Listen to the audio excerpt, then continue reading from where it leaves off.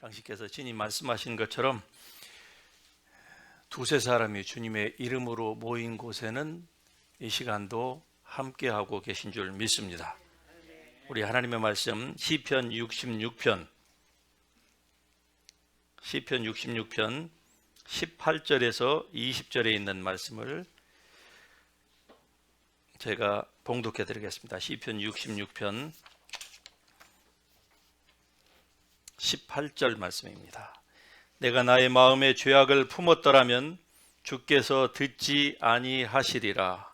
그러나 하나님이 실로 들으셨으며 내 기도 소리에 귀를 기울이셨도다.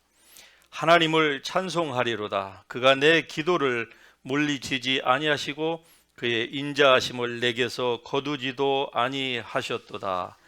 아멘. 벌써 1월의 마지막 주간을 맞이하고 있습니다. 우리가 2021년 새해에는 더욱더 주의 말씀, 진리를 알아가는 데에 힘쓰는 그러한 한 해가 될 수 있기를 축복합니다. 그런 의미에서 오늘 우리가 같이 시편 66편의 말씀을 제가 본문으로 택한 이유는 진리의 말씀을 크리스천들이 알기는 아는 것 같은데 바로 분별하지 못함으로 말미암아서 구약과 신약, 즉 옛 언약과 새 언약이 있다고 하는 것 자체를 잘 인식을 하지 못하는 것 같아요. 성경에 보면은 구약이 있고 신약이 있다고 하는 것은 모르는 크리스천이 아무도 없겠지요. 그러는데 그 구약과 신약의 차이가 무엇인지를 잘 알지를 못함으로 말미암아 하나님의 말씀을 읽을 때에 말씀을 분별하지를 못하는 거예요. 구약이 하나님의 말씀이 아니라는 뜻이 아닙니다. 그런데 분명한 것은 왜 구약을 Old Testament, 옛 언약, Old Covenant라고 했고 신약, New Testament을 왜 New Covenant라고 했는지에 대해서 잘 모름으로 말미암아서 구원은 하나님의 은혜로 받아놓고 신앙생활, 즉 하나님과의 관계는 율법을 지킴으로써 하나님과의 관계를 유지하려다 보니까 많은 사람들이 의외로 어려움을 많이 겪는 것을 보게 됩니다. 그것은 말씀이 믹스되어 있기 때문에 그러한 현상이 일어나는 것이죠. 그래서 오늘 제가 여러분에게 이 시편 66편에 있는 시편 중에 하나를 선택한 것은 여러분이 구약을 또 시편이 기도의 문이지 않습니까? 이 시편을 읽을 때에 어떠한 그 관점에서 시편을 앞으로 읽어야 되는지를 말씀드리기 위해서 그냥 대표적으로 그 중에 하나를 제가 선택한 것입니다. 오늘 본문의 말씀을 여러분이 보시면은 이 본문 말씀을 이해하려고 할 때에는 약간의 설명이 필요합니다. 다시 말씀드리면은 구약 시대는 바로 율법 행위가 그 바탕이에요. 구약은 율법의 행위가 그 바탕입니다. 그렇기 때문에 18절에 말씀한 것처럼 다윗이 이렇게 고백을 하죠. 내가 내 마음에 죄악을 품었더라면 주께서 듣지 아니하시리라. 이 말씀이 밧세바와의 그 간통 사건 이전인지 이후인지는 분명치 않습니다. 그런데 분명한 것은 지금 다윗이 이렇게 고백을 하는 거예요. 내가 내 마음에 죄악을 품었더라면 주께서 듣지 아니하시리이다. 역대하서 7장 14절에 여러분이 잘 아는 말씀. 내 이름으로 일컫는 내 백성이 만일에 그들의 악한 길에서 떠나 스스로 자기를 낮추고 기도하며 내 얼굴을 찾으면 내가 하늘에서 듣고 그들의 죄를 사하고 그 땅을 고친다고 말씀합니다. 자, 얼마나 훌륭한 기도문입니까? 그런데 이 역대하서 7장 14절에 있는 이 말씀은 옛 언약 하에서는 아주 훌륭한 기도문이지만은 그러나 새 언약의 빛으로 이 7장 14절을 해석을 하면은 이 말씀은 더 이상 우리에게 적용이 되지 않습니다. 여러분, 이 사실을 믿을 수 있기를 바랍니다. 왜냐하면 하나님은 이미 예수 그리스도를 통해서 우리의 모든 과거와 현재와 그리고 우리가 아직 가보지도 않은 미래의 죄까지도 이 세상, 나 개인의 뿐만 아니라 이 온 세상의 죄를 예수 그리스도께서 다 담당하심으로 말미암아 우리의 모든 죄를 다 용서해 주셨기 때문에 그런 것입니다. 그러므로 하나님께서 우리의 기도를 더 이상 듣지 아니하신다고 하는 이러한 구약의 성도들이 느꼈던 그 두려움, 그 불안함, 하나님이 우리가 죄를 범하면 우리를 떠날까 하는 이러한 그 염려, 또 시편 51편에 있는 말씀처럼 주의 성령이 거두어질까 봐 전전긍긍하는 이러한 불확실한 태도를 우리는 더 이상 가질 필요가 없는 것입니다. 그런 가운데서 우리는 더 이상 살 필요가 없는 거예요. 그럼에도 불구하고 많은 사람들이 구약과 신약, 올 테스트먼과 뉴 테스트먼, 새 언약의 그 차이를 알지 못함으로 말미암아서 많은 혼란을 겪고 있다 이 말입니다. 그래서 에베소서 1장 3절에 보면은 그리스도 안에서 하늘에 속한 모든 신령한 복을 우리에게 주셨도다. 할렐루야. 이미 하늘에 속한 모든 신령한 복을 그리스도 예수 안에서 하나님께서 창세 전에 예비하신 모든 것들을 이미 우리에게 다 주신 줄 믿으시기 바랍니다. 이 말씀을 여러분이 확실히 믿는다고 하면 여러분의 신앙에 있어서 큰 진전이 있을 것입니다. 말씀을 믿지 못함으로 말미암아서 우리의 삶 가운데에 마귀가 자꾸 우리의 정신을 혼미케 만들어요. 그리고 우리의 행위가 조금 떨어졌을 때에 우리에게 정죄감을 심어주고 죄책감으로 말미암아서 우리를 하나님의 은혜에게서 자꾸 멀어지게 하려고 하는 것입니다. 우리가 진리를 알지 못하면 어쩔 수 없이 하나님의 은혜에게서 멀어질 수밖에 없는 거예요. 그래서 마귀가 그 틈을 노리고 있는 것입니다. 여러분, 마귀는 예수님에게도 하나님의 말씀을 들이대면서 예수님을 유혹했습니다. 하물며 우리이겠습니까? 예수님은 자기에게 도전해 오는 마귀에게 하나님의 말씀을 분명히 아셨기 때문에 주의 말씀에 기록되었으되 라고 그때마다 다 물리쳤습니다. 만일에 여러분이 마귀가 여러분의 삶에 도전해 올 때에 예수님과 똑같은 그러한 진리를 아는 수준에서 기록되었으되 라고 마귀를 물리친다고 하면 그는 한 길로 왔다가 7길로 떠나갈 것입니다. 그러나 이 사실을 알지 못해요. 많은 그리스도인들이 알지 못해서 그냥 당하고 있습니다. 죄책감을 주면 그렇지, 당연하지, 나는 이 죄책감을 받는 것이 마땅한 거야. 왜? 내 죄를 내가 알거든. 사람들이 그렇게 생각하는 거예요. 물론 자, 여러분이 이제 이 말씀을 저의 설교를 처음 듣는 분이라고 하면은 약간의 더한 설명이 필요하겠지만, 그러나 제 설교에 이미 익숙해 있는 분들이라고 하면은 죄가 우리의 삶에 아무런 영향을 미치지 않는다. 하나님께서 우리에게 모든 것들을 다 주셨기 때문에 제가 이렇게 말씀드리는 것이 아니라고 하는 사실을 분명히 알게 될 것입니다. 여러분, 제가 항상 말씀드리는 것처럼 죄는 우리의 삶을 대단히 불편하게 만듭니다. 그리고 죄는 하나님과 우리와의 그 관계를 비집고 들어와서 어쨌든지 틈을 버리려고 해요. 그래서 하나님과 우리의 사이를 갈라놓으려고 합니다. 그것은 하나님께서 죄 때문에 우리를 더 이상 사랑하지 않기 때문에가 아니에요. 그것은 죄가 하나님으로부터 오는 좋은 것, 우리에게 이미 그리스도 안에서 주신 모든 것들을 죄가 막고 있는 거예요. 그러니까 오늘 본문에 있는 말씀처럼 우리가 마음에 죄악을 품으면 하나님이 듣지 아니하신다는 말은 아니다 이 말입니다. 우리가 죄악을 품고 우리가 설사 잘못해서 부지불식간에 죄를 지었다 할지라도 하나님은 여러분의 기도를 들으시는 줄을 믿으시기 바랍니다. 그래서 만일에 실수를 했다 그러면은 그 즉시로 여러분 무릎을 꿇고 그 자리가 어디이든 어느 시점이든 여러분이 그 즉시로 무릎을 꿇고 주님 앞에 회개하면은 하나님으로부터 오는 좋은 것들이 막혔었는데 그것들이 다시 풀어지는 역사가 여러분의 삶에도 일어나게 될 것입니다. 죄는 우리의 삶을 정말로 힘들게 만들어요. 그래서 베드로전서 5장 8절에 보면은 마귀를 우는 사자라고 그렇게 표현을 했습니다.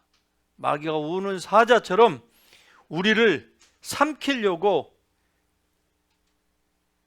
먹잇감을 찾고 다닌다는 것이죠. 그래서 성경은 그에게 틈을 주지 말라는 거예요. 틈을 주면은 마귀가 사자처럼 우리를 그렇게 집어 삼키려고 한다는 것이죠. 그러니까 죄에 굴복하는 것은 어리석은 것입니다. 왜?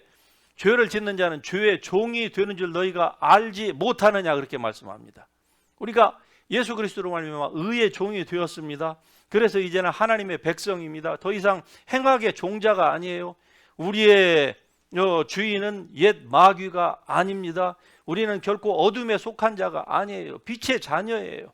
우리 가운데는 하나님의 성령의 9가지의 열매를 이미 성령으로 말미암아 주신 것입니다. 그러므로 우리에게 있는 이 놀라운 축복을 우리가 받아 누리는 길은 주님과의 관계에서 믿음으로 주님 앞에 나아가는 거예요. 믿음으로 주님 앞에 나아가면은 늘 우리 주님은 큰 두 팔을 벌리시고 우리를 받아주십니다. 그래서 항상 주님의 보좌 앞으로 우리는 언제든지 나아갈 수가 있는 거예요. 그것은 우리의 의가 아닙니다. 여러분이 거룩한 삶을 이전보다 더 살았기 때문에 하나님께서 지금은 여러분을 이전보다 더 사랑하시는 것이 아니에요. 수많은 성도들이 이런 생각을 가지고 신앙생활을 하다 보니까 우울증에 걸려요. 많은 정신질환에 시달리고 있습니다. 특별히 팬데믹이 지금 1년 동안 지속되고 있는 가운데에서 이게 겉으로 드러나지 않아서 그렇지 얼마나 많은 성도들이 지금 어둠 가운데 있는지 보지 않아도 아마 충분히 추측할 수 있을 것입니다.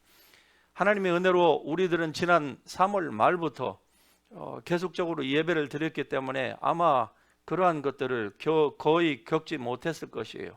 그러나 여러분, 이 온라인 예배를 드리는 분들, 많은 분들은 정말로 답답할 것입니다.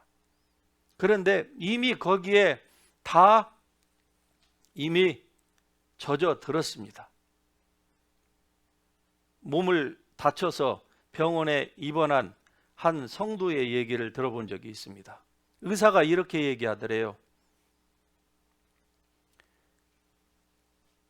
3, 4개월만 움직이지 않고 자리에 누우면은 그 다음에 일어나서 걸으려고 할 때에 이 뇌가요, 걷는 방법을 잃어버린답니다.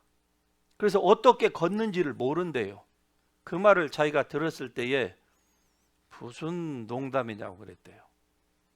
자기는 3, 4개월 동안 일어날 수가 없는 교통사고로 아주 심각한 지경에 온 몸이 정말 대소변을 3, 4개월 동안 그냥 누워서 해결해야 됐던 그런 심각한 상태에 있었습니다. 그리고 일어났어요. 그런데 정말로 어떻게 자기 머릿속에서는 자기가 걸어야 되겠다고 하는데 다리가 이만큼도 안 떨어지더래요. 다시 가면 뇌가 잊어버렸다는 얘기입니다. 제가 무슨 말씀을 드리려고 하는지 여러분 포인트를 아시겠습니까?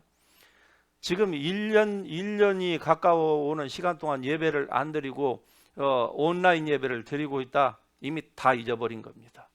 온라인 예배를 1년 동안 이렇게 정상적인 예배를 드린 사람하고 그렇지 않은 사람하고 같을 수가 없는 것입니다. 아마 모르긴 해도 오랫동안 재활운동을 해야 될 것입니다. 오랫동안 6개월 누워 있었으면 6개월 동안 재활을 해야 된다고 하는 것이 병원에서 이미 임상 데이터로 다 나와 있습니다. 영적으로는요. 영적인 근육을 6개월 동안 움직이지 않았는데 어떻게 정상 생활을 할 수가 있겠습니까? 여러분, 죄라고 하는 것은 이렇게 아무것도 아닌 것 같은데 조금만 틈을 주면은 비집고 들어와서 이렇게 얘기를 합니다. 며칠만, 몇 번만, 그렇게 세상이 온 교회를 속였습니다. 그런데 교회가 거기에 그렇지 몇 번만이라고 응답을 했어요. 그때 저항했어야 되는데 그거를 하지 않은 결과 어떻게 됐습니까? 몇 번이 몇 달이 됐습니다. 그것이 몇 년이 될런지 who knows? 아무도 장담할 수가 없는 상황에 우리가 처해 있다 이 말입니다. 여러분, 새 언약 하에서 사는 우리가 직면하는 모든 문제들은 하나님으로부터 온 것이 아님을 믿을 수 있기를 축복합니다. 여러분의 삶에 닥치는 어떠한 문제들도 하나님으로부터 온 것이 아니에요. 이것이 바로 구약과 신약을 이 진리를 여러분이 구분할 수 있는 아주 중요한 시금석과 같은 것입니다. 구약에 보면은 하나님의 백성들이 하나님을 떠나서 마음에 죄악을 품고 그들이 죄악의 길로 행하였을 때에 하나님께서 경고하고 또 경고합니다. 그들에게 돌이키라고 말씀을 주고 또 줌에도 불구하고 그들이 듣지 않았을 때는 결국 어떻게 합니까? 하나님께서 자연 재앙을 갖다가 내리십니다. 그리고 질병으로 갖다가 하나님이 치십니다. 그것도 듣지 않으면 저 먼 나라에서 강대국, 그것도 말이 전혀 통하지 않아요. 문화가 다르기 때문에 전혀 자비를 베풀지를 않아요. 사람 같지도 아니한 그 인간들이 와가지고 완전히 초토화를 시키는 이러한 일들이 구약에 보면은 비일비재합니다. 결국 그것 때문에 이스라엘 백성들이 통째로 망한 거예요. 자, 이러한 구약이 성경의 3분의 2를 차지하고 있습니다. 그런데 이 구약에서 이제 신약으로 넘어오면서 하나님께서 구약의 모든 것은 우리의 인간의 행위를 율법으로 말미암는 율법을 근거로 한 행위를 바탕으로 해서 구약은 우리에게 주어진 거예요. 그리고 그렇게 살도록 한 것입니다. 그런데 신약은 너희가 그 은혜를 인하여 믿음으로 말미암아 하나님의 은혜로 말미암아 우리가 이제 하나님의 백성이 되게 하셨습니다. 그렇기 때문에 구약의 백성들을 대하였던 것과 같이 하나님께서는 더 이상 신약에 있는 우리들을 대하지 않는다고 하는 사실입니다. 그렇기 때문에 여러분의 삶에 어떠한 나쁜 것들이 발생합니까? 그것은 감사할 것은 여러분이 잘못하였을지라도 잘못해서 그것이 여러분의 삶에 암울하게 먹구름이 닥쳐와서 여러분을 때리고 여러분을 쓸어 가려고 한다 할지라도 한 가지 감사한 것은, 그리고 다행스러운 것은 그것은 하나님께로부터 온 것이 아니라는 거예요. 하나님이 그 재앙을 여러분에게 내리지도 아니하셨고 하나님이 그 병을 여러분에게 주시지도 않았다 이 말입니다. 그러나 여러분이 진리의 말씀 가운데 서지 아니하면은 그렇지, 너의 지난날의 행동을 봐라. 네가 이렇게 하나님을 등지고 오랫동안 했기 때문에 하나님께서 너를 돌이키게 하려고 너에게 이 죽을 병을 주셨다. 이러한 생각이 우리에게서 끊이지를 않는 것입니다. 그러나 그것은 사실이 아닙니다. 더 이상 신약에서 사는 여러분은 그러한 괴로움을 당할 필요가 없다 그 말입니다. 자, 그렇다고 하면 하나님께서 왜 율법을 주셨을까요? 로마서 3장에 보면은 율법은 원래 주이시들에게 주신 것입니다. 우리에게 주신 게 아니에요. 원래 율법의 제1 그 대상자는 바로 유대인들입니다. 그러면은 왜 하나님께서 유대인들에게 율법을 주셨을까? 그 율법을 주신 목적은 바로 율법으로 말미암아서 결국 사람들을 죽이고 정죄하고 죄를 강화시키고 또 모든 사람의 입을 막고 모든 사람을 죄 아래 가두고 사망을 위하여 그들로 하여금 열매를 맺게 하고 죄인을 정죄하기 위하여 이 율법이 제정되었고, 또 우리의 원수인 죄에게 힘을 실어줌으로 말미암아서 죄가 살아나도록 합니다. 이게 율법의 역할이에요. 그래서 결국은 어떻게 되느냐? 바로 죄의 싹은 사망이요 모든 사람으로 하여금 사망에 이르게 하는 것이 율법입니다. 그것이 율법을 주신 하나님의 목적이에요. 율법으로는 구원을 얻도록 하시기 위한 것이 아닙니다. 만일에 여러분의 의가 예수님과 동일하다고 하면은 여러분은 율법으로 말미암아 구원을 얻게 될 것입니다. 하지만 아무도 예수님과 같은 그 의의 레벨에 도달한 사람이 없어요. 사도 바울이 나는 율법으로는 흠이 없는 자로다 하였지만은 그러나 사도 바울이 율법에 대해서 아주 혹독하게 얘기를 합니다. 왜 그럴까요? 그는 어릴 때부터 율법을 범한 일이 없다고 그가 그렇게 자신을 했어요. 그런데 그러한 사도 바울이 그러면 내가 율법으로 말미암아 구원을 받을 수 있었느냐에 대해서 율법은 by no means 그럴 수가 없다고 얘기합니다. 절대로 구원받지 못한다고 얘기를 해요. 왜 그럴까요? 아무리 율법을 다 사도 바울처럼 자신 있게 내가 율법으로는 흠이 없는 자로다라고 얘기를 할 수 있다 할지라도 그 사람이 예수님과 같지 아니하면, 다시 얘기하면은 죄 없이 태어나야 되는데 아담 안에서 태어난 모든 사람은 죄 가운데서 잉태되고 죄 가운데서 출생하고 죄 가운데 살다가 죄 가운데서 죽는 것이 인생이다 이 말입니다. 그렇기 때문에 사도 바울이라고 할지라도 여기에서 예의될 수가 없는 거예요. 예수님처럼 성령으로 말미암아 죄 없이 인간의 아버지의 피가 흐르지 않는 그러한 상태로 태어나지 않는 인간은 어떠한 사람도 모든 사람이 죄를 범하여서 다 하나님의 영광에 이를 수가 없게 된 것입니다. 이것이 인간이 처한 암울한 상황이에요. 그래서 율법으로는 우리가 구원을 받을 수가 없는 거예요. 하나님께서 율법을 주신 것은 율법으로 말미암아 구원도 못 받을 뿐만이 아니라 율법을 통해서 하나님과의 관계 유지도 안 됩니다. 자, 오늘날 많은 그리스도인들이 율법을 통해서 구원 받으려고 하는 사람은 그리 많지 않은 줄은 잘 압니다. 그런데 문제는 제가 포인트하고자 하는 그 요점은 무엇이냐? 수많은 그리스도인들이 하나님과의 관계를 여전히 율법으로 맺으려고 해요. 율법을 행함으로 말미암아서 하나님과의 관계를 유지하려고 함으로 말미암아서 그들의 삶에 많은 정신적인 어려움 그리고 경제적인 어려움뿐만이 아니라 육체적인 질병의 어려움까지 겪고 있는 거예요. 그것은 하나님의 그렇게 의도하신 바가 아닙니다. 인간이 무지해서 그러한 거예요. 하나님의 말씀이 있고 이 말씀을 기록한 하나님의 성령이 계심에도 불구하고 그분의 말씀을 듣지 않아요. 물어보면은 그 하나님께서 지혜와 계시형을 부어주셔서 하나님의 말씀을 본인이 깨닫지 못하면 깨달을 수 있는 그 인도자에게로 성령께서 인도해 주실 터인데 자기가 다 안다고 생각을 해요. 그래서 이 말씀을 붙들고 내가 지금까지 이렇게 진전이 없었던 것은 내가 주님의 말씀을 지키지 아니해서 그러한 거야. 내 마음에 평안함이 없고 내가 마음에 우울증이 있는 것은 내가 좀 더 거룩한 삶을 살지 않아서 그런 거야. 여러분이 그러한 생각을 하는 즉시로 사단은 맞다고 여러분에게 박수를 치면서 그렇지 맞은 거야. 네가 거룩한 삶을 살지 않아서 너의 삶이 지금 이렇게 된 거야. 그러니까 더 거룩한 삶을 살아라. 더 기도해라. 더 성경 봐라. 계속적으로 이렇게 우리를 치근대는 것입니다.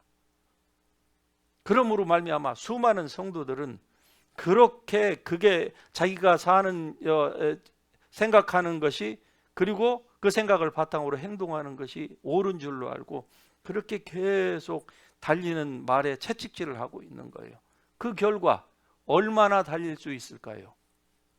말이 아무리 좋다고 한들 말이 얼마나 계속적으로 달릴 수 있겠습니까? 얼마 가지 않아서 지치는 거예요.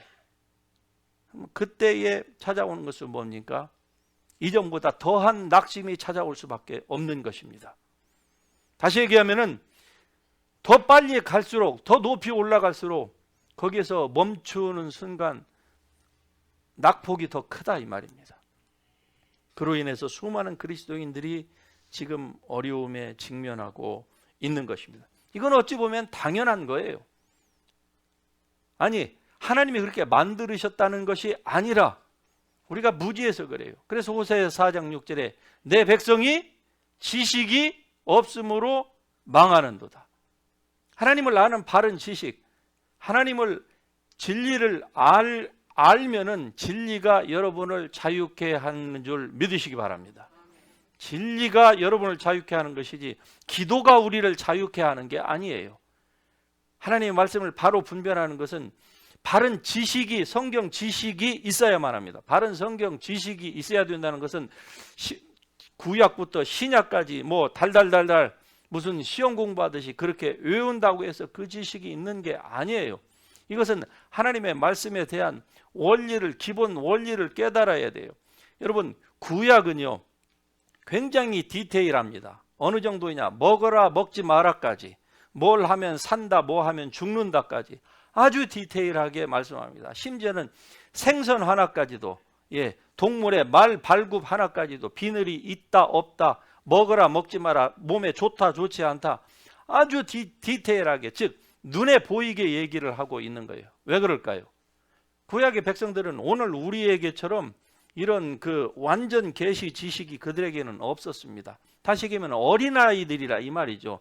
그들은 몽학 선생 하에서 살아갔습니다. 수준으로 말하자면은 우리는 지금 성인 대학생인데 저들은 초등학생이에요. 그렇기 때문에 손을 잡고서 그들을 일일이 다 인도를 해줘야 되는 거예요. 그래서 구약에 보면 그렇게 디테일하게 되어 있는 것입니다. 그러나 신약은 어떻습니까? 그러한 것들이 거의 없습니다. 뭘 먹어라 먹지 마라 그런 말씀이 전혀 거의 없어요. 신약은 그냥 원리만 얘기를 합니다. 영적인 원리에 대해서만. 왜? 이미 성인이 된 사람은 너 학교 올 때 여기에다가 꼭 코를 풀으려면 꼭 여기다가 수건을 여기다가 달고 와야 된다. 왜 그러면 꼭 여기다 달고 오라고 했을까요? 애들은 금방 잊어버리거든요. 주머니에다가 수건을 집어넣고 오면 돼요. 어른 같은 경우는 필요하면 꺼내가지고 쓰고 다시 집어넣어요. 그런데 아이들은요, 코가 나오면 어떻게 합니까? 주머니에서 꺼내서 하는 게 아니라 바로 그냥 손으로 푼다 이 말이죠. 이게 어린아이예요. 그러니까 잊어버리지 않도록 여기다가 엄마 아빠가 옷비누로 그냥 꼭 떨어지지 않도록 달아주는 거예요. 구약이 그렇게 우리를 어린애 취급을 한 것입니다. 그런데 이미 성인이 된 사람이 지금도 학교 갈 때 여기다가 옷비누를 갖다가 꽃비누로 여기다가 이것을 하고 학교를 간다고 하면은 얼마나 웃음거리가 되겠습니까? 그런데 안타깝게도 지금도 성도들이 그렇게 하고 산다 이 말이죠. 코가 나오면 지금도 그냥 이걸로 그냥 푸는 거예요. 그냥. 그리고서 돌이켜 보니까 왜 자기가 여기에 코가 묻었는가? 아이고 더럽다. 이렇게 스스로 생각하는 것이죠. 이 습관을 고치려고 하는데 안 고쳐져요. 그러니까 어떻게 합니까?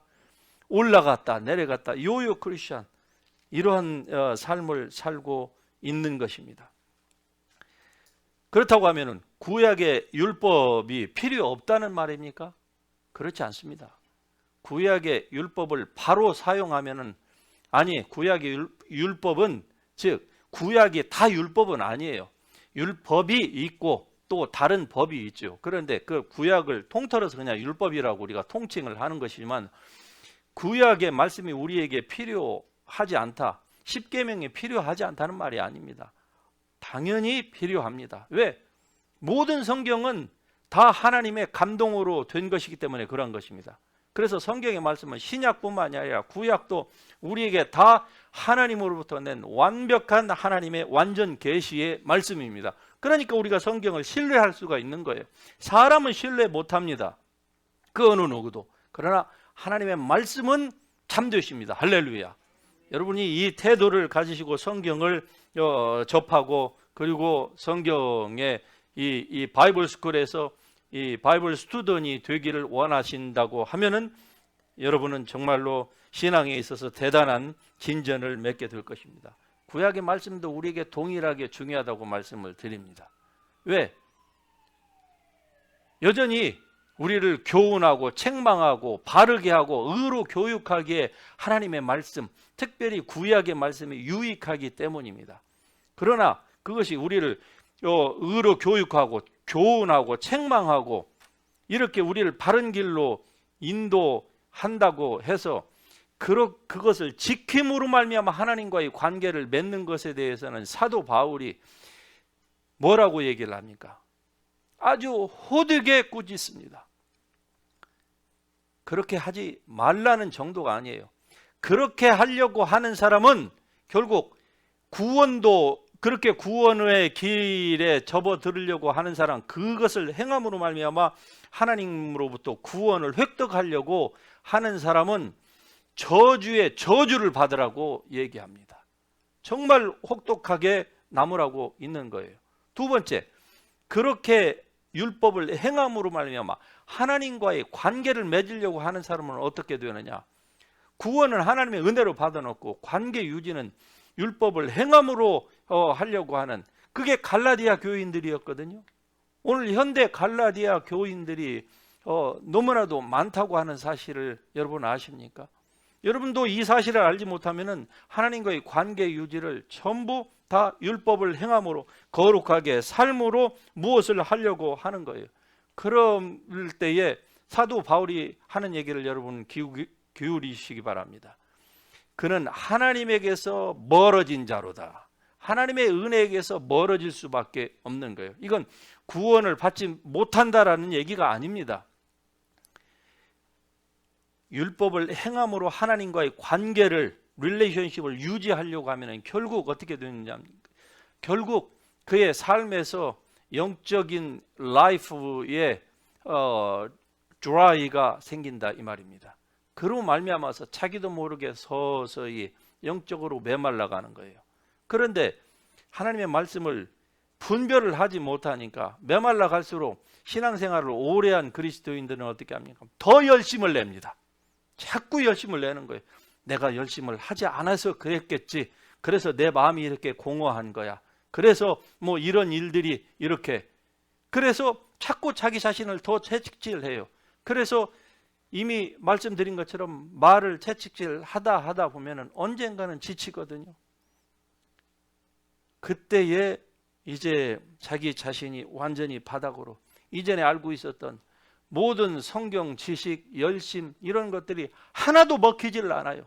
모든 그리스도인들이 시험에 드는 그 순간을 보면은요, 그때는 아무것도 워킹을 하지 않아요.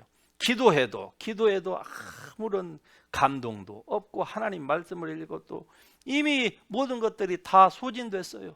그래서 아무것도 안 되는 거예요. 그냥 느끼는 것은 마치 무슨 뭐 면벽하고 있는 것 같다. 아무것도 볼래야 볼 수도 없고 느낄래야 느낄 수도 없고 들리지도 않는다. 마치 그냥 백치와 같은 그러한 상태를 많은 그리스도인들이 경험하다가 울고 불고 이런 삶을 오랫동안 살다가 어떻게 하다가 그 상태를 벗어납니다. 그러면 다시 또 밝은 태양 빛을 맞는 것처럼, 그러다가 또 어느 순간인가 가면 또 해요. 이게 이런 사이클이 라이프에서 계속적으로 반복되기 때문에 수많은 그리스도인들에게 물어보면 그리스도인의 생활은 다 그런 거야 이렇게 얘기를 하는 것입니다. 그러나 여러분, 정말로 그리스도인의 삶이 다 그런 것입니까? 성경이 그것을 우리에게 그렇게 말씀합니까? 결코 그렇지 않다 이 말입니다. 디도서 3장 5절에 보면 하나님께서 우리를 구원하시되 우리가 행한 바 의로운 행위로 말미암지 아니하고, 할렐루야, 우리의 의로운 행위로 말미암지 아니하고 오직 그의 긍휼하심을 따라서 중생의 씻음과 성령의 새롭게 하심으로 우리를 구원하셨다고 말씀합니다. 우리의 의로운 행위가 아니기 때문에 하나님과의 관계 유지도 여러분 의로운 행위를 함으로 말미암아서 그분께서 내가 그렇게 하니까 하나님께서 나의 기도를 들으신다라고 하는 이러한 생각, 이러한 착각을 여러분이 하지 말기를 바랍니다. 저는 올해 1월에 들어와서 벌써 우울증에 걸린 우울증에 걸린 그리스도인들 여러분을 제가 접했습니다. 그분들이 한결같이 그렇게 우울증에 걸린 것은 신앙생활의 연주가 짧기 때문이 아닙니다.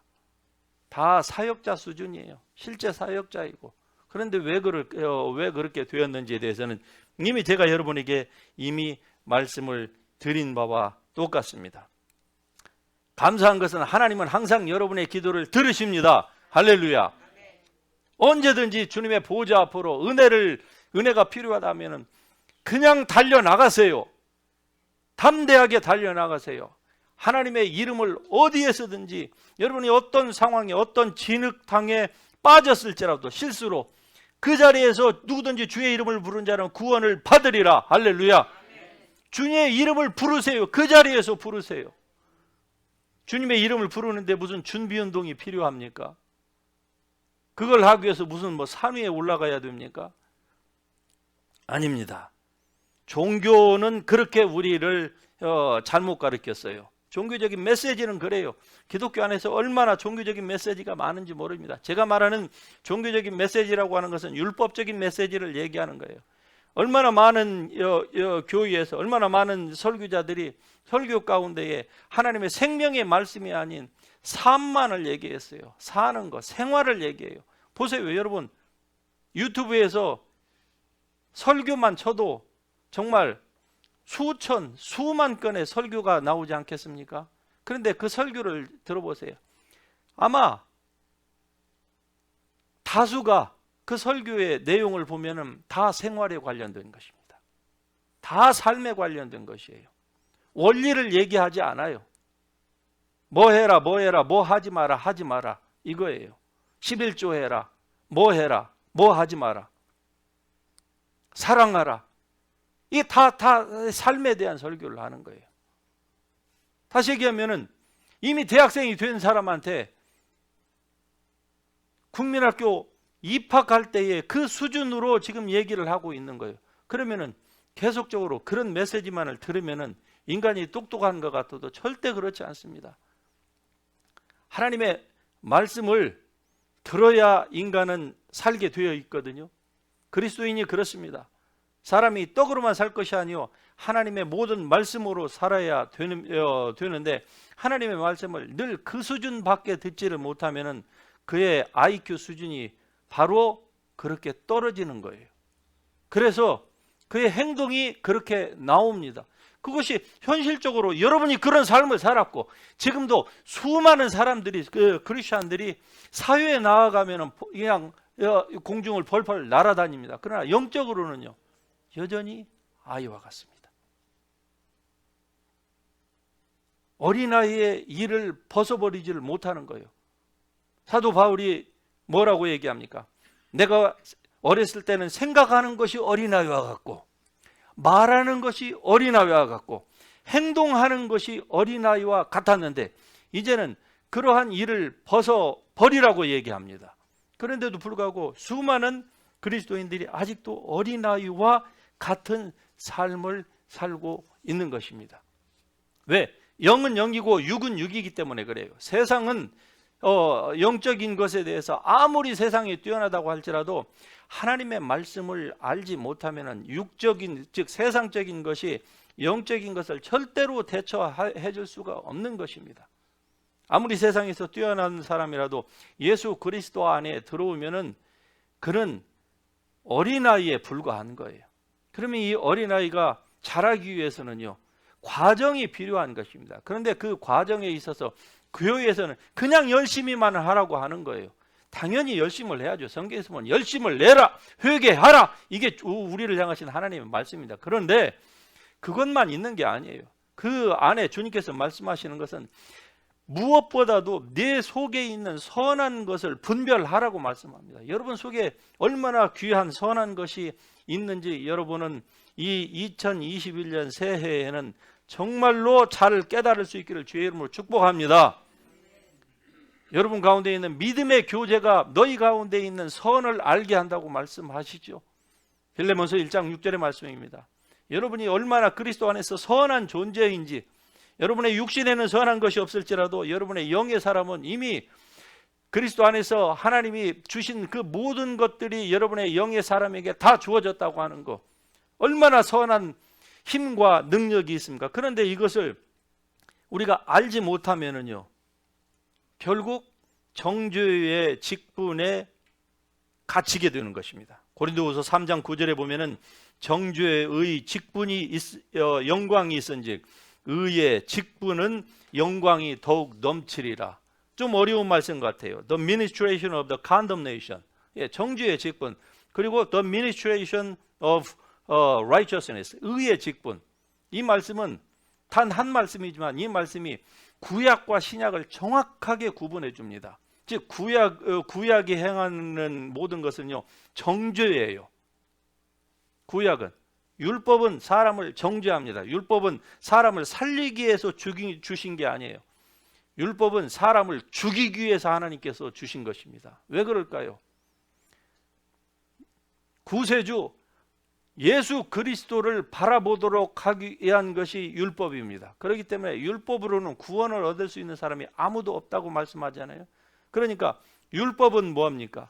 즉 legalistic mind, 율법적인 이 생각을 가지고 사는 사람은 결국 열심히 하면 할수록 그 정죄가 더해지는 것입니다.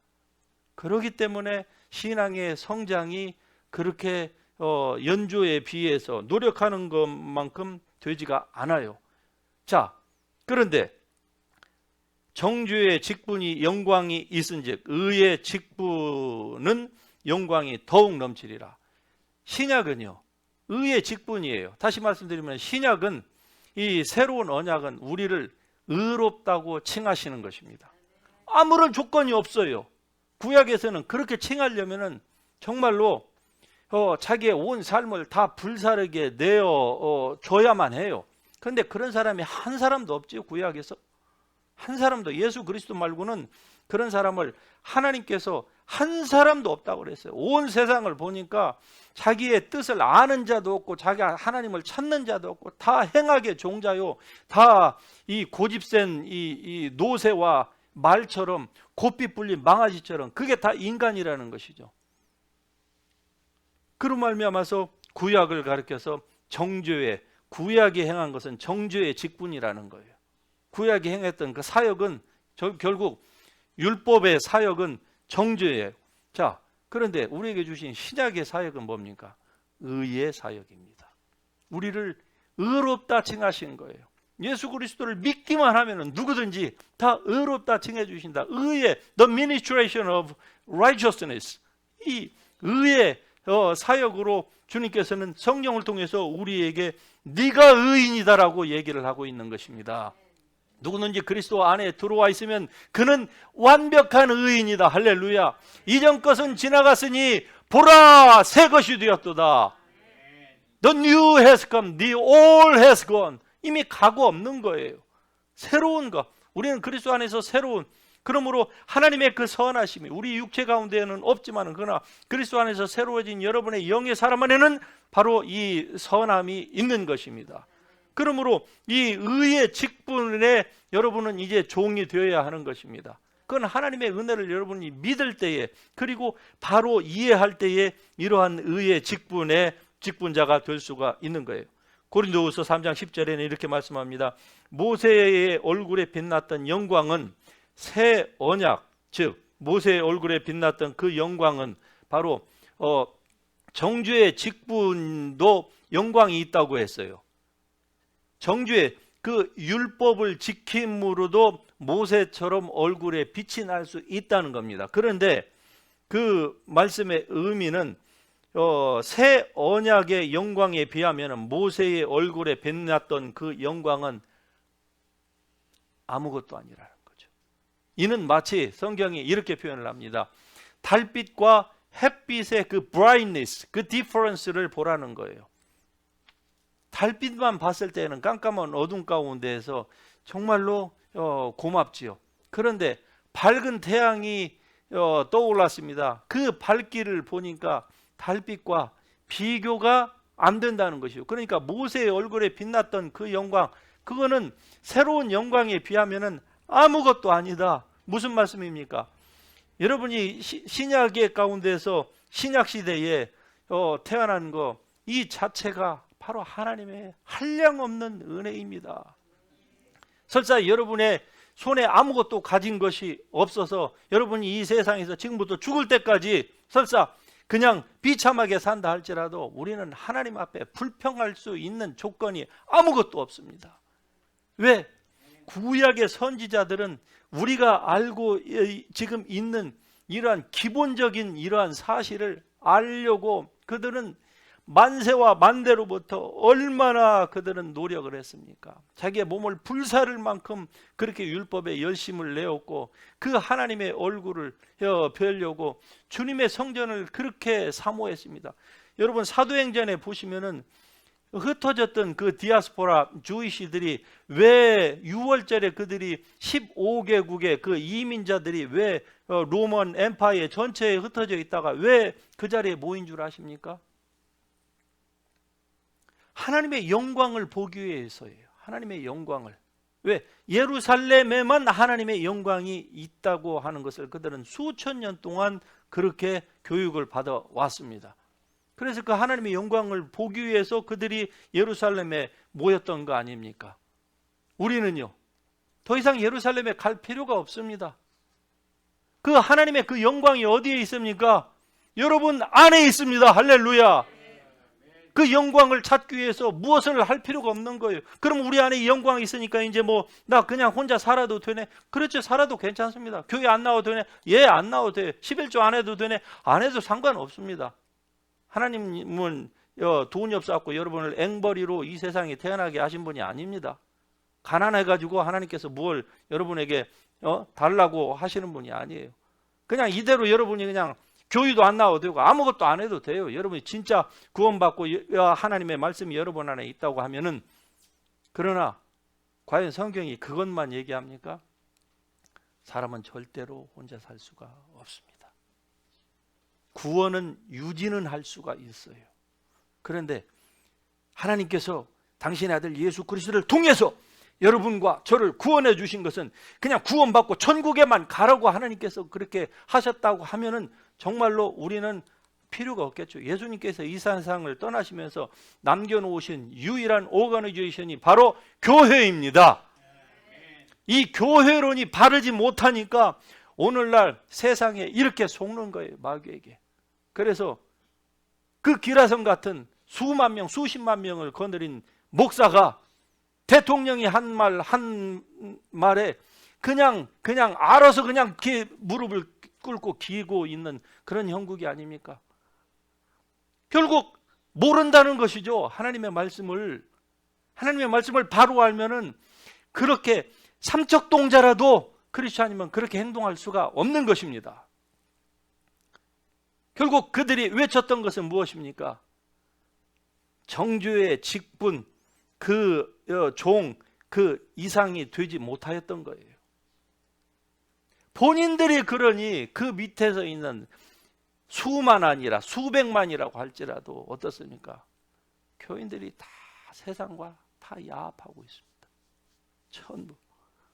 감사한 것은 아주 극소수이지만은 깨어있는 목사님, 깨어있는 성도들이 목숨을 걸고 교회가 폐쇄를 당하고 불이익을 당하고 사업체에 아주 어려움을 겪는 것을 주님을 위하여 당하는 그 의를 위한 핍박으로 간주를 하고서 그들이 지금도 의의 선한 싸움을 싸우는 덕택에 이제 무서워서 굴 속으로 다 숨어 피해 있었던 이스라엘 그 백성들이 굴에서 이제 나오기 시작하는 것처럼 지금 나오고 있는 것입니다. 왜? 다윗 한 사람이 골리앗을 때려 부셨거든요. 전부 다 숨어 들어갔습니다. 굴 속으로. 블레셋이 들어왔을 때에. 전부. 그들이 하나님을 안 믿었던 것이 아닙니다. 왕으로부터 시작해가지고 모든 군대들이 나아갈 때는 선지자들도 같이 갔어요. 그런데 선지자고 무엇이고 하나도 볼 수가 없고 전부 다 굴 속으로 다 숨어 들어갔어요. 숲속으로 두더지처럼. 그런데 어린 다윗이 하나님의 성령의 복음을 바로 알고서 자기의 목숨을 담보로 하고서 담대하게 접근하고 맞서자 드디어 이제 굴에서 지금 기어나오기 시작하는 거예요. 어느 시대에나 항상 그런 측면에서 보면은 많은 사람들이 똑똑한 것 같고 그래도 그렇지 않은 것 같습니다. 여러분, 모세의 얼굴에 빛나던 그 영광은 새 언약, 이 의의 직분자인 오늘 우리에게 하나님께서 주신 이 영광에 비하면은 아무것도 아닙니다. 이 영광이 여러분 안에 있습니다. 그러므로 여호와의 영광이 내 위에 임하였다. 할렐루야. 일어나서 빛을 발하라. Let God arise. 일어나서 여러분 빛을 발하세요. 어떻게 하나님께서 여러분을 Let God arise라고 표현할 수가 있겠습니까? 여러분이 일어나지 아니하시면은 여러분 안에 있는 그 빛이 결국 등경 위에 두고 산 위에 두어야 되는데 바로 언더 더 테이블에 놓으니까 아무런 의미가 없는 거예요. 방안도 비치지 못하고 당연히 빛이 산 위에 있지 아니하니까 온 동네는 어둠에 쌓이게 되는 것입니다. 그래서 성경이 말하기를 Let God arise and then the enemies be scattered, 이런 표현을 하는 거예요. 우리가 하나님 보고 하나님이 일어나소서, 하나님이 주무시고 계십니까? 그러나 여러분이 주무시고 있으면은 하나님은 주무실 수밖에 없는 그러한 형국으로, 이게 영적인 원리가 그렇다는 그렇다는 말입니다. 그러므로 여러분, 하나님의 이 거룩한 영광이 여러분 안에 있기 때문에 이제 여러분은 성령 안에서 그분과 함께 길을 걸어갈 때에 그의 힘과 능력이 여러분이 움직이는 원 스텝 바이 스텝에서 나타나게 될 것입니다. 믿음의 행보를 하시기를 주의 이름으로 축복합니다. 세상이 어떻게 돌아가고 내일 무슨 일이 일어날지 불안한 것은 세상 사람이나 우리나 다 마찬가지예요. 그러나 우리는 그렇게 살라고 하나님께서 우리를 부르신 것이 아닙니다. 왜? 세상에 있는 자보다 우리 안에, 너희 안에 계신 이가 크시다. 이 말씀 한 말씀만 제대로 믿고 산다고 하면은 모든 그리스도인에게 있는 우울증은 다 도망갈 것입니다. 하룻밤 사이에 다 도망가요. 세상에서 우울증 치료하려면 1년, 2년 그것도 개런티가 없습니다. 안 되니까 5년, 10년, 15년 약을 먹고 사는 거 아니에요? 뇌가 그냥 망가질 때까지. 방법이 없으니까. 그런데 그리스도 안에서 하나님의 말씀, 여러분이 그리스도 안에서 누구인지만 바로 깨달으면요, 제가 경험해 보니까, 제가 그런 그 케이스들을 많이 다뤄보니까 여러분, 우울증은 하룻밤 사이에 그냥 끝납니다. 순간적으로 끝나요. 이렇게 얘기하면 뭐 당신 뭐 너무 만용을 부리는 거 아니냐. 아니 그런 케이스가 있는데 어떻게 할 거예요? 그렇게 해갖고 치유받은 사람들이 구름과 같이 허다한 증인들이 있는데 누가 감히 얘기를 할 수가 있겠습니까? 하나님의 영광이 여러분 안에 계십니다. 그분의 빛을 발할 수 있기를 주의 이름으로 축복합니다. 여러분이 그리스도 예수 안에서 행하게 되면 의의 열매가 가득하여서 하나님의 영광의 찬송이 될 수가 있는 것입니다. 그래서 여러분 안에 계신 예수 그리스도의 이 하나님의 비밀인 예수 그리스도로 말미암아서 여러분은 반드시 열매를 맺게 될 것입니다. 성령의 열매는 우리가 맺으려고 노력할 때 되는 거 아니에요. 그렇게 해서 성령의 열매는 맺을 수 있는 것이 아닙니다. 가장 첫 번째 열매인 사랑부터 여러분은 절대로 맺을 수가 없는 거예요. 그러므로 성령의 열매는 이미 우리에게 주신 것입니다. 그것을 알고 하나님의 성령의 열매가 여러분 가운데에서 빛이 나도록 한다고 하면은, 즉 진리를 바로 알면은 성령의 열매가 사랑부터 시작해서 여러분의 삶에 사랑, 희락, 화평, 오래 참음, 이 모든 성령의 9가지 열매들이 여러분 삶 가운데서 나타나게 되는 것입니다. 열매가 나타나면은 아버지께 너희가 영광을 돌릴 것이요. 아버지께서 영광을 받으시면은 그것이 여러분의 이 다음에 천국에서의 삶에서 영원한 여러분의 보화가 될 것입니다. 여러분의 프라퍼리가 된다 이 말입니다. 그것으로 말미암아서 여러분은 영원한 세상에서 영원히 정말로 이 면류관을 받고서 그 면류관으로 말미암아 살게 될 것입니다. 디모데전서 1장 8절에 보면은 율법은 사람이 그것을 적법하게만 쓰면 선한 것임을 우리는 아노라. 사도 바울이 율법에 대해서 굉장히 부정적으로 얘기하고 있는 사도 바울이 이렇게 얘기를 해요. 그의 믿음의 아들에게 율법은 사람이 그것을 적법하게만 쓰면 선한 것임을 우리는 아노라. 율법을 사람들이 적법하게 쓰지 못하고 있다고 하는 것을 지금 반증적으로 얘기하는 거예요. 자, 그러면 어떻게 하는 것이 율법을 적법하게 쓰지 못하고 있는 것일까요? 또 어떻게 율법을 사용해야만이 적법하게 쓸 수 있는 것일까요? 자, 여기에 대해서 성경이 어렵지 않게 우리에게 말씀합니다. 율법은 어떤 사람을 위해서 주어져 있는가 하니 도둑질하는 자와 간음하는 자와 남색하는 자와 게이 레즈비언을 얘기합니다. 인신매매하는 자와 술 취하는 자와 방탕하는 자와 부정한 자와 거짓말하는 자와 음란한 자와 이런 사람에게는 율법이라고 하는 몽둥이로 심히 두들겨 패야 됩니다. 죽을 만큼 패야 돼요. 죽지 않을 만큼.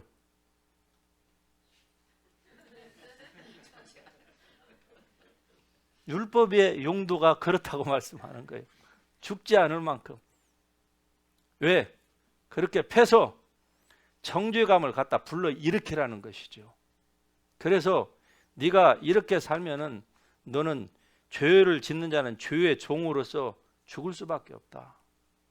도적이 오는 건 도적질하고 죽이고 멸망시키려는 것이기 때문에 너의 삶은 망한다. 율법을 이렇게 쓰라는 거예요. 사랑이 모든 것에 다 양만은 아닙니다.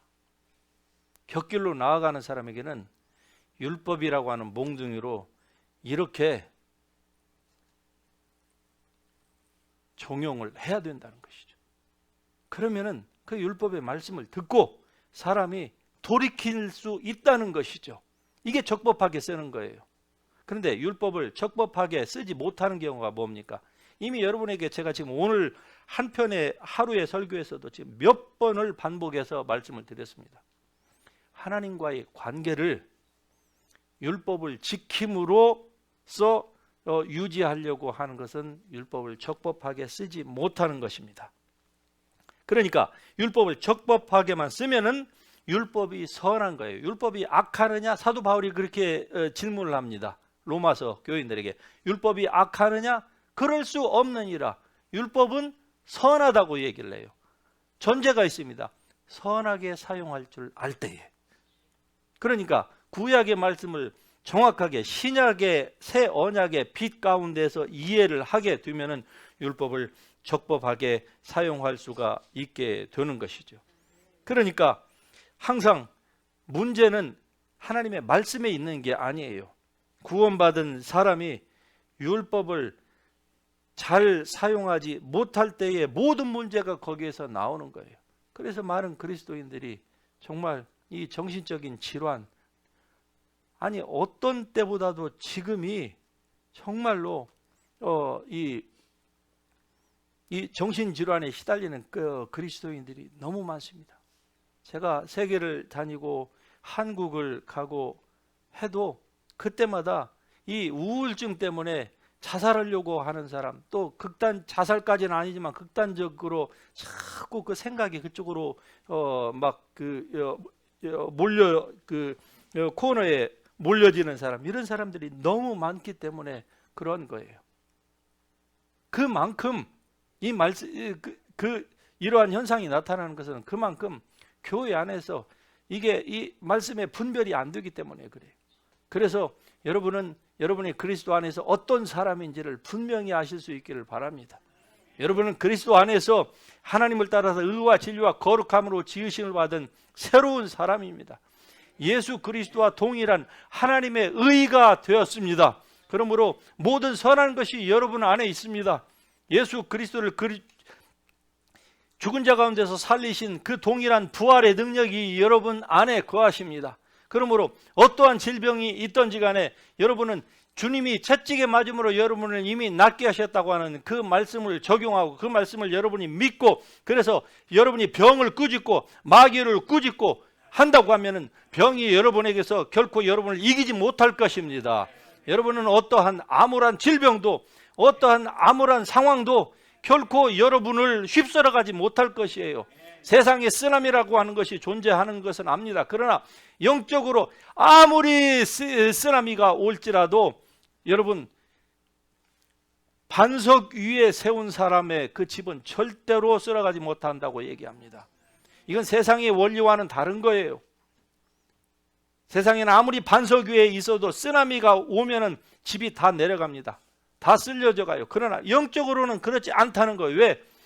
여러분이 이 영적인 바로 그 영원한 이터널 락이신 예수 그리스도의 이 영적인 말씀 위에 여러분 자신이 굳건히 서 있는다고 하면은 세상이 어떻게 변한다 할지라도 여러분은 절대로 거기에 휩쓸리지 않는다는 것이죠.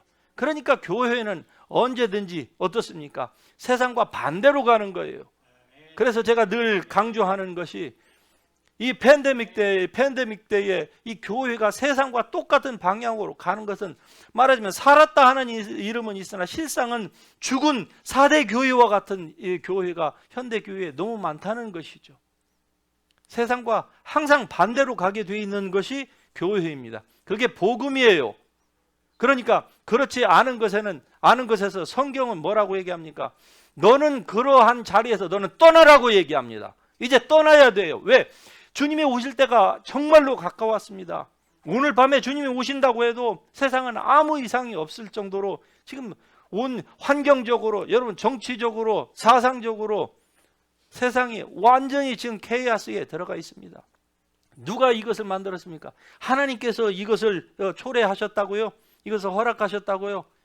그러니까 사단이 지 마음대로 미친놈처럼 지금 세상을 이렇게 휘젓고 다니는 것입니다. 교회가 그걸 하나님이 했다고 다 받아들이고 있으니까.